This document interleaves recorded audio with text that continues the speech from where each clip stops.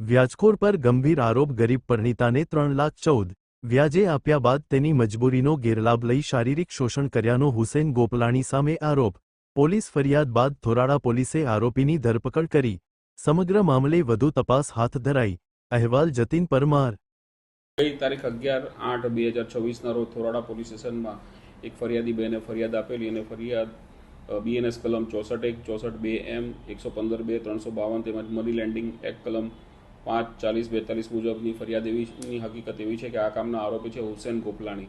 તેમને આ કામના ભોગ બનનારને ફરિયાદી છે એમને પૈસા ઉછીના ફરિયાદીએ જણાવ્યું કે મને ઉછીના પૈસા જોઈશે ઘરના રિપેરિંગ માટે. તેના માટે 3 લાખ રૂપિયા વ્યાજ વેટે એમને પૈસા આપેલા અને આ પૈસા આપેલાનો ફાયદો ઉઠાવી એમને ધાક ધમકી આપીને 2 વાર શરીર સંભોગ કરેલો અને આ બાબતે ફરિયાદીએ ફરિયાદ આપતા આ કામના આરોપીને અટક કરવામાં આવેલ છે અને આ પોલીસ કસ્ટડી હેઠળ છે અને ગુનાની તપાસ PI કરી રહ્યા છે. સર, કંઈ દબાણ કયા પ્રકારે કરવામાં આવતું હતું ને કેટલા સમય પહેલા વ્યાજે પૈસા?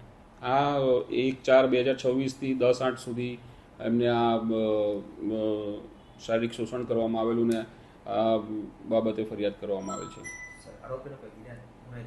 આરોપીનો કોઈ ગુનાહિત ઇતિહાસ નથી. 14% વ્યાજ કહેવામાં આવે.